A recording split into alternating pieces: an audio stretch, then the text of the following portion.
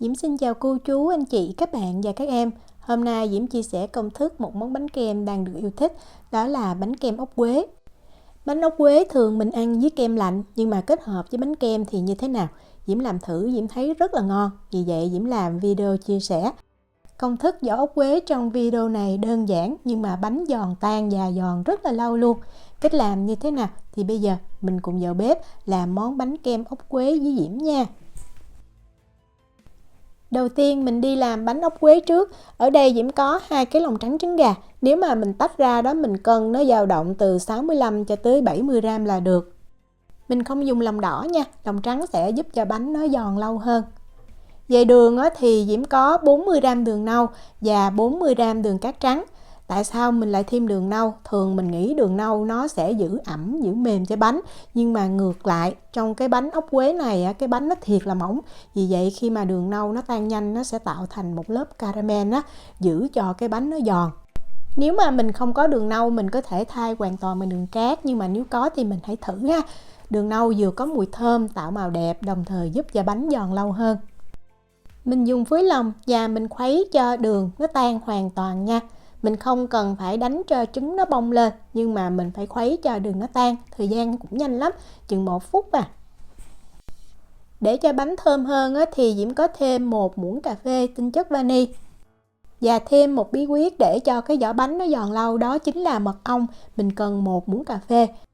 Mật ong cũng có tác dụng như là đường nâu đó, nó tan chảy nhanh, tạo thành một lớp caramel mỏng giúp cho bánh giòn lâu. Nếu mà mình có corn syrup, siro bắp thì mình thay mật ong lại càng giòn hơn nữa. Mình khuấy cho đều nha.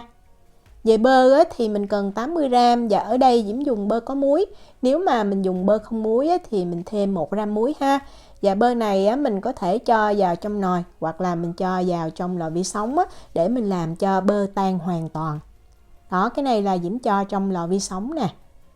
Mình sẽ cho bơ vào chung với lại hỗn hợp trứng luôn. Và khuấy thêm một lần nữa cho bơ nó hòa tan đều. Tiếp theo mình sẽ có bột là 80 gram và tùy mình có bột gì ha. Thường thì dùng bột mì đa dụng, còn nếu mà mình có bột bánh, Diễm thấy mình làm cũng ngon luôn. Bột bánh hay là bột mì số 8. Mình cho bột vào chung với lại hỗn hợp bơ trứng. Rồi mình khuấy đều là được. Khuấy nhanh tay ha. Mình không cần phải khuấy lâu. Và mình khuấy làm sao mình thấy cái hỗn hợp đó nó mịn. Lúc mà mình nhắc cái que khuấy lên bột nó chảy xuống như ru băng là được. Và Diễm lưu ý là bột này vừa khuấy xong thì sẽ loãng, nhưng mà lúc mình đợi khoảng 5-10 phút thì bột nó đặc hơn nha. Bây giờ Diễm đi giới thiệu về cái máy nướng. Máy nướng này thì Diễm mua cũng lâu rồi, và cái hiệu này thì Diễm thấy xài cũng được thôi, tại vì cái bánh nướng xong Diễm thấy nó vàng, không có được đều lắm. Có em yêu cầu Diễm là làm bánh không có dùng máy, nhưng mà bánh này mình bắt buộc phải có máy nha, tại vì cái máy kẹp lại cái bánh nó mới mỏng như vậy nó mới giòn được. Và khi nướng thì tùy máy, đối với máy này thì Diễm sẽ để số 4 như vậy. Và thời gian nướng bánh thì nó khoảng 1 phút, nhưng mà cái bánh đầu tiên thì sẽ nhanh hơn, tại vì mình sẽ làm nóng cái máy trước. Và để tạo hình thì Diễm có cái chén này, cái đường kính của nó là 8 cm. Nếu mà mình có cái chén to hơn chút cũng được ha. Và mình cần 2 cái để cái bánh mình đợi cho nó nguội mình mới lấy ra. Rồi mình để cái bánh mới trong cái chén thứ hai. Và Diễm dùng cái này nè, để lúc mà mình cho cái bánh thì mình ấn xuống. Còn nếu mà mình có cái dụng cụ gì mà nó vừa với lại cái chén này thì mình ấn lại càng dễ dàng hơn. Khi nướng thì mình sẽ làm nóng cái máy trước nha. Đối với cái máy này thì Diễm làm nóng 1 phút.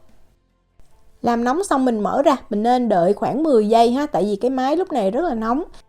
Và mình múc khoảng từ 25 cho tới 30 gram bột mình cho vào giữa, rồi mình kẹp lại liền. Và như Diễm nói hồi nãy đó, cái bánh đầu tiên thì mình chỉ nướng chừng 35 cho tới 40 giây thôi, tại vì cái máy nó rất là nóng, nó vàng nhanh lắm. Mình nên mở ra mình kiểm tra ha. Lúc mà Diễm mở ra thì cái bánh nó hơi bị dính ở trên nè. Mình khởi nhẹ xuống không mấy thì mình cầm cái bánh ra. Và bánh vừa nướng xong thì mình sẽ mang, mình ấn vô khuôn liền luôn, tại lúc này nó còn mềm mình tạo hình nó sẽ dễ, đừng có đợi nha. Đó, Diễm chỉ chỉnh camera thôi mà Diễm thấy cái bánh nó cũng hơi cứng nè. Đó, mình cho vào thì mình ấn, mình giữ tí xíu thì tự động cái bánh nó sẽ nằm theo cái khuôn thôi. Và sau khi mà ấn bánh xong rồi thì mình để bánh trong cái chén này cho cái bánh nó cứng rồi mình hãy lấy ra nha, tại vì bây giờ mình lấy ra liền thì nó sẽ bị bè ra đó. Đó, Diễm thấy được rồi, thì Diễm để yên ở đây, Diễm quay, Diễm đổ cái bánh thứ hai. Và với cái bánh thứ hai thì Diễm thấy thời gian khoảng 1 phút thì cái bánh nó vàng ngon. Bánh cứng mình lấy ra nè. Lấy ra xong rồi thì mình để lên cái rắc nha. Như vậy để cho bánh nó nguội và nó khô ráo đó. Với công thức bột này thì mình sẽ đổ được 11 cho tới 12 cái bánh. Nhưng mà công thức để làm cho cái bánh kem ốc quế này thì mình chỉ làm được 10 cái thôi. Diễm làm dư chút để mình có thể ăn thử hoặc trừ hao cái bánh nào mà nó bị cháy đó. Như cái bánh đầu tiên nó hơi nâu nè. Và mình cần thêm 200g sô-cô-la. Cái loại này thì Diễm mua là loại nấu và loại lạc. Nếu mà mình thích ăn cái vị đậm hơn, đắng hơn thì mình mua cái sô-cô-la đen. Và 200g sô-cô-la này thì Diễm sẽ lấy ra khoảng 60g. Tại vì mình sẽ làm chảy 2/3 sô-cô-la trước. Sau đó mình nhắc khỏi bếp và mình cho 60g sô-cô-la còn lại vào. Như vậy để giúp cho cái nhiệt độ của sô-cô-la nó không có cao quá đó. Thì cái sô-cô-la khi mình để nguội nó sẽ bóng đẹp và nó giòn hơn. Mình bắt một cái nồi nước sôi nhẹ nè. Rồi mình cho cái nồi sô-cô-la lên. Và mình cứ khuấy đều. Làm chuyên nghiệp thì mình nên có cái cây đo nhiệt độ ha. Nhiệt độ đúng nhất để làm tan sô-cô-la nó dao động từ 31 cho tới 32 độ C với sô-cô-la đen này nha. Đó, khi mà Diễm thấy tan hết rồi thì nhắc khỏi bếp và Diễm cho cái sô-cô-la còn lại 60g vào. Rồi mình khuấy cho nó tan là được. Thì như Diễm nói đó, để cho sô-cô-la nó giòn, nó bóng, nó đẹp thì nhiệt độ đúng là từ 31 cho tới 32 độ C. Sô-cô-la tan hoàn toàn rồi thì mình trét vào bên trong bánh như vậy để khi mà mình cho bánh kem đồ vào nó vẫn giữ cho cái vỏ ốc quế này nó không có bị mềm mà nó giòn tan. Rồi bây giờ mình để ở đây cho sô-cô-la nó nguội và nó cứng lại nha. Mình đi chuẩn bị những nguyên liệu khác. Thường bánh kem thì Diễm thích cho cái kem vani, nhưng mà hôm nay Diễm sẽ chia sẻ cách làm pudding. Và tùy mình có cái khuôn nào thì Diễm dùng 5 cái chén này để Diễm làm cái pudding. Sau đó nếu đặt rồi thì Diễm chia làm 2. Và để lấy cái pudding ra cho dễ đó thì Diễm lót cái màng bọc thực phẩm bên dưới như vậy. Và để cho pudding nó đặc thì mình chuẩn bị sẵn một cái thau nước lạnh. Sau đó mình ngâm 6 lá gelatin vào trong cái nước lạnh này. Nếu mà cân là 12g. Nếu mà mình không có gelatin lá thì mình dùng gelatin bột mình cũng cân ra 12g nha. Mà Diễm thấy dùng gelatin lá thì nó không có bị nặng mùi như là mình dùng gelatin bột. Và để tạo cái vị chua ngọt tươi ngon cho pudding thì mình có trái cây tươi. Ở đây Diễm dùng dâu nha, 150g. Và đường mình cho vào đây là 100g. Diễm thấy nó vừa ngon. Thì mình thích mình có thể thay bằng vị quất hoặc là mâm xôi. Hoặc nếu mà xoài, mình thích vị xoài cũng được luôn. Lấy một cái nồi nhỏ, Diễm cân ra đây 150g sữa tươi. Rồi bây giờ mình bắt cái nồi sữa này lên bếp và mình nấu cho sữa nó vừa sôi. Do dùng bếp điện từ đó, vì vậy Diễm sẽ khuấy nhẹ như vậy, tránh cho sữa bị cháy ở bên dưới. Đó, khi mình thấy sữa nó bốc khói lên nhiều thì mình đợi chút, mình thấy nó vừa sôi lên là mình nhắc khỏi bếp. Nhắc sữa khỏi bếp rồi thì mình sẽ lấy gelatin, mình dắt cho thiệt là ráo nước, mình cho liền vào trong sữa. Rồi mình khuấy cho gelatin nó tan. Gelatin rất là dễ ha. Nếu mà mình thấy chưa có tan thì mình cứ bắt lên bếp, mình bật cái lửa nhỏ cho cái sữa nó nóng thì gelatin nó sẽ tan thôi. Khi gelatin tan rồi thì mình cho vào đây 150g kem tươi nha. Nếu không có kem tươi thì mình dùng whipping cream. Rồi dâu với đường Diễm xay nhuyễn, Diễm cho vào luôn. Vừa cho mình vừa khuấy đều như vậy. Khi mà hỗn hợp đã đều rồi thì mình tiếp tục mình cho vào đây 150g sữa chua. Khuấy cho hỗn hợp thiệt là đều để mình chia ra khuôn thôi. Và pudding này mình cần cất vào trong ngăn mát tủ lạnh ha. Cho pudding nó đông lại thì thời gian khoảng từ 3 cho tới 4 tiếng. Tùy mình thích nha. Diễm thì Diễm thấy pudding kết hợp trong bánh này rất là ngon, trong khi Victor nhà Diễm nó lại thấy không có ngon. Nó thích cái kem vani mà Diễm đã chia sẻ trong những video bánh kem trước đây hơn. Tiếp theo mình sẽ đi làm cái sốt dâu nha. Thì mình cũng lấy một cái nồi nhỏ nè. Rồi mình cân ra 200g dâu tươi. Diễm có thêm ở đây là 100g đường bột. Nếu mà không có đường bột thì mình dùng đường cát trắng thường. Mình cho vào 100ml nước. Và mình có thêm ở đây là 10g nước cốt chanh. Rồi mình bắt cái nồi dâu lên bếp và mình nấu ha. Đầu tiên thì mình cứ đảo đều và mình đợi cho cái nồi dâu này nó sôi lên. Khi sôi thì mình hạ xuống lửa trung bình nha, và mình giữ ở đây cho cái nồi dâu này nó sôi trong thời gian là 1 phút, cho dâu nó chín mềm chút. Đó, sau 1 phút thì mình thấy dâu nó hơi trong như vậy. Thì mình nhắc khỏi bếp nha, và mình sẽ xay cái hỗn hợp này ra cho nó thiệt là nhuyễn. Mình có thể cho vào trong có sinh tố, hoặc là Diễm dùng cái đồ xay cầm tay này nè, Diễm xay cho nó tiện. Đó, sau khi xay xong thì nó sẽ nhuyễn như vậy, nhưng mà chưa có xong đâu. Bây giờ mình sẽ bắt lại cái nồi này lên bếp và mình nấu thêm 5 phút nữa. Trong thời gian này thì mình cũng khuấy đều và mình giữ lửa làm sao cho nó sôi nhẹ như vậy, để cái hỗn hợp nó sệt lại. Nếu mà mình kinh doanh, mình thích cái màu tươi hoặc là dâu cái màu không đậm thì mình có thể cho thêm tí xíu màu đỏ thực phẩm vào. Sau 5 phút thì mình nhắc khỏi bếp và mình để cho thiệt là nguội ha. Khi mà nguội rồi thì mình cho vào trong ngăn mát tủ lạnh. Đây là Diễm đã cho vào trong ngăn mát tủ lạnh qua đêm đó, vì vậy mình thấy cái hỗn hợp nó sẽ sệt hơn. Đó, cái đồ đặc như vậy thì rất là ngon luôn, cái vị thì chua ngọt nữa. Bây giờ mình đi làm cái cốt bánh. Cốt bánh hôm nay Diễm chia sẻ rất là đơn giản. Mình cần là 10 cái khuôn, và cái khuôn này nó có kích thước đường kính là 8 cm và chiều cao là 3 cm. Mình sẽ lấy một cục bơ khoảng 5 tới 10 gram đó, và mình sẽ thoa đều ở dưới cái đáy khuôn và xung quanh thành khuôn luôn. Rồi mình cân ra 80 gram bột mì đa dụng. Ở Na Uy thì mình mua bột mì bình thường trong siêu thị Na Uy thôi. Tiếp theo Diễm có 20 gram tinh bột bắp. Còn nếu mà mình có bột bánh hay là bột mì số 8 thì mình dùng 100 gram. Diễm có thêm ở đây là 2 gram bột nổi. Và để cho bánh thơm hơn thì Diễm có 2 gram đường vani. Còn nếu không có thì mình dùng tinh chất vani cũng được. Và mình trộn cho những cái nguyên liệu khô này nó thiệt là đều với nhau nha. Mình lấy một cái chén nhỏ nè, và mình cân ra 40 gram sữa tươi. Cái này là sữa tươi không đường. Tiếp theo là 40 gram dầu ăn, và mình sẽ khuấy cho sữa tươi và dầu này nó đều với nhau. Như vậy lúc mà mình cho vào trong cái hỗn hợp bánh đó, mình trộn nó nhanh hơn. Trứng cho công thức này thì mình cần 4 trứng gà, và mình lấy ngay từ trong tủ lạnh ra. Hoặc nếu mà trứng gà nó không có lạnh thì mình nên bảo quản trong tủ lạnh, mình đánh trứng nó sẽ dễ bong hơn. Trứng này nếu mà Diễm cân luôn vỏ đó thì nó khoảng từ 62 cho tới 65 gram. Và mình cho vào 90 gram đường cát nha. Rồi mình bật máy lên, mình để cái tốc độ cao nhất và mình đánh cho trứng nó bong lên là được. Cái cách này làm rất là dễ. Cái máy Diễm có 5 số thì Diễm cứ để số 5 và Diễm đánh thiệt là đều như vậy. Thời gian thì Diễm thấy ít nhất là 10 phút nha.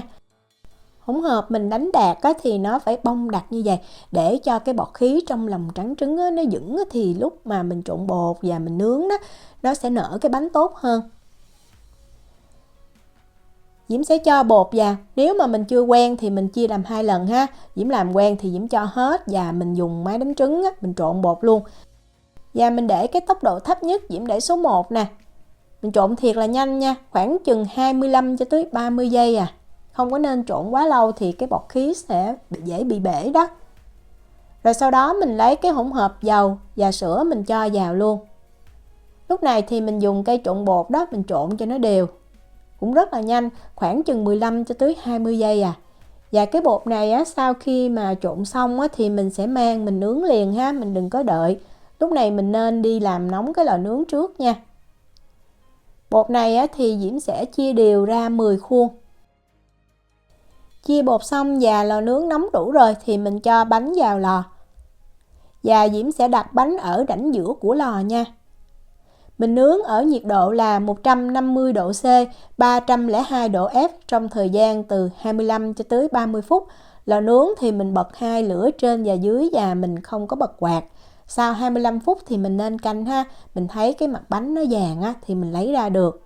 Và bánh này lúc mà mình lấy ra thì bánh nó sẽ co lại tí xíu, nó không có căng phồng như là lúc trong lò nướng, nhưng mà không có sao hết, bánh vẫn mềm xốp.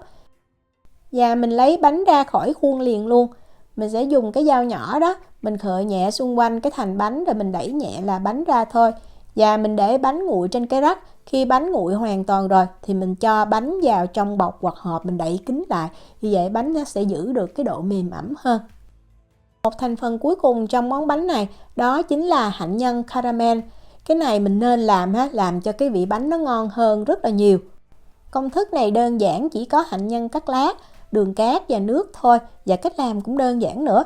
Mình lấy một cái nồi có cái đế dày chút ha, rồi mình cho 100g đường cát vào. Tiếp theo là 30g nước. Và mình chuẩn bị sẵn một cái tờ giấy nướng bánh nha, để khi mà mình làm xong thì mình sẽ cho liền cái hạnh nhân caramel ra đây. Bật bếp lên thì đầu tiên mình cứ để cái lửa lớn và mình đợi cho cái hỗn hợp nước đường nó sôi. Khi mà mình thấy bắt đầu nó sủi bọt hết luôn, ngay giữa luôn nè, thì bắt đầu mình hạ xuống cái lửa trung bình để mình dễ canh. Tại mình để cái lửa lớn thì nó vàng nhanh, mình khó canh lắm. Bắt đầu mà nó vàng như vậy là mình canh ha. Mình lắc nhẹ như vậy cho cái màu nó được đều đó. Rồi mình đợi cho tới khi mình thấy có cái màu cánh gián như vậy thì mình cho liền 75g hạnh nhân cắt lát vào. Thơm lắm. Cho hạnh nhân cắt lát vào thì mình đảo đều để cho đường nó đều hết cái hạnh nhân này. Thời gian rất là nhanh nha, khoảng chừng 10 giây à. Tại mình nấu càng lâu thì đường nó sẽ đậm hơn, nó dễ có cái vị đắng. Cái này là mình làm caramel thôi. Đó, Diễm thấy đều rồi thì Diễm nhắc liền khỏi bếp và Diễm cho ra cái tờ giấy nướng bánh mà mình đã chuẩn bị sẵn đó. Rồi mình dàn cái hạnh nhân này ra cho nó mỏng nha. Mình làm liền thì hạnh nhân nó còn mềm đó, mình dàn mỏng nó dễ hơn. Rồi mình để ở đây cho cái hạnh nhân caramel này nó nguội hoàn toàn. Cái này là Diễm đã để nguội được 30 phút. Thì khi mà mình cầm lên mình thấy nó sẽ cứng như vậy. Nhưng mà lúc mình ăn thì mình thấy nó giòn tan luôn. Và đặc biệt cái mùi caramel đó thơm lắm. Thì tùy nhà mình có cái dụng cụ như thế nào, mình sẽ bẻ cái này ra nhỏ. Nếu mà mình không có máy xay thì mình cho vào trong cối mình giã cũng được. Diễm có máy xay thì Diễm cho vào trong máy Diễm xay. Quan trọng là mình sẽ làm cho cái này nó nhuyễn chút. Đó, như vậy. Hoặc là thô hơn chút cũng được. Mình cho vào trong bánh khi ăn có cái mùi caramel, đồng thời cái đậu nó vừa giòn vừa bùi, rất là ngon. Mình có thể bỏ qua cái pudding, nhưng mà cái hạnh nhân caramel này mình nên làm nha. Bánh ốc quế này thì Diễm làm từ tối hôm trước. Bây giờ mình thấy cái sô-cô-la nó đã cứng và bánh rất là giòn luôn, không có bị mềm gì hết ha. Phần bánh bông lan Diễm cũng làm từ tối hôm trước, sau đó Diễm bọc kín lại gì thì mình thấy nó tươm dầu ra, cái mặt bánh nó ẩm hơn. Và mình chia cái bánh này ra làm đôi nha, để Diễm cắt ra. Công thức đơn giản nhưng mà Diễm thấy làm cái cốt bánh cho bánh kem này rất là hợp. Và cái đế của cái bánh ốc nó hơi nhỏ, vì vậy Diễm sẽ dùng cái đồ cắt này. Nó có đường kính là 6cm và Diễm sẽ cắt phân nửa cái bánh. Cái này là cái đế bánh như mình cắt làm đôi đó. Như vậy để khi mà mình cho cái bánh vào trong cái bánh ốc quế nó sẽ đẹp hơn, nó vừa vặn hơn. Còn cái phần còn lại không cần ha, mình giữ nguyên không cần cắt. Rồi mình lấy cái nước sốt dâu đó mình cho vào 1 muỗng canh nha. Cho vào như vậy giúp cái bánh nó ẩm và nó thơm. Rồi mình bơm một cái lớp kem mỏng lên trên. Lớp kem này là hỗn hợp kem tươi mình đánh bông lên thôi. Mình có 200ml kem tươi hoặc là whipping cream. Rồi mình có thêm 20g đường bột. Rồi mình dùng máy đánh trứng cầm tay đó, mình đánh cho cái hỗn hợp này nó bong đặc lên là được. Khi đánh kem này đầu tiên thì mình cứ để cái số 1, số 2, nhưng qua sau khoảng chừng 1 phút thì mình tăng cái tốc độ máy lên. Và lúc gần cuối mình thấy đặc như vậy thì mình lưu ý ha, đừng có đánh lâu quá sẽ làm cho nó bị tách bơ. Đó, Diễm thấy như vậy là vừa ngon nè. Và trên cái lớp kem thì mình cho 1 muỗng canh cái hạnh nhân caramel, nhiều mới ngon. Pudding này thì Diễm cũng để qua đêm rồi. Do mình có lót cái màng bọc thực phẩm nên mình lấy ra rất là dễ. Và mình sẽ chia cái pudding này ra làm đôi giống như là cái bánh vậy đó. Và nếu mà mình thích để vô cái bánh cho vừa dặn đẹp thì mình có thể cắt ra bớt ha. Rồi cuối cùng mình sẽ cho cái lớp bánh bông lan còn lại lên trên. Trang trí thì mình sẽ nặn một cái lớp kem ha. Rồi mình cho cái nước sốt dâu. Lúc mà trang trí này thì mình không có cho nhiều, nhưng mà khi ăn Diễm thấy mình nên cho nhiều cái nước sốt dâu và cái hạnh nhân caramel thì cái bánh nó sẽ ngon hơn. Rồi tùy mình thích. Nếu mà làm cho lễ tình nhân thì Diễm thấy sô-cô-la và dâu tây rất là hợp. Mình có thể cho thêm Việt quất nè. Và nhìn cho nó đặc biệt hơn thì Diễm có cái sô-cô-la làm sẵn này, Diễm mua ở trong mini nha. Đó, mình cho vào ngay giữa. Và nhìn cho nó tươi mát hơn thì mình có thêm cái lá bạc hà. Vậy là mình đã làm xong cái món bánh kem ốc quế này rồi. Để Diễm cắt ra cho mình xem. Bánh này ngon nhất là mình ăn trong vòng 24 tiếng. Nếu mà mình muốn bảo quản lâu hơn thì mình nên bảo quản trong tủ đông đá, sẽ giúp cho cái vỏ ốc quế nó giòn lâu.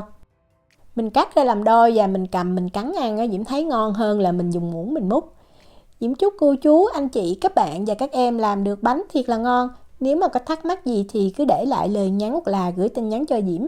Diễm cảm ơn sự quan tâm theo dõi video rất là nhiều. Hẹn gặp lại trong những video tiếp theo. Chào tạm biệt.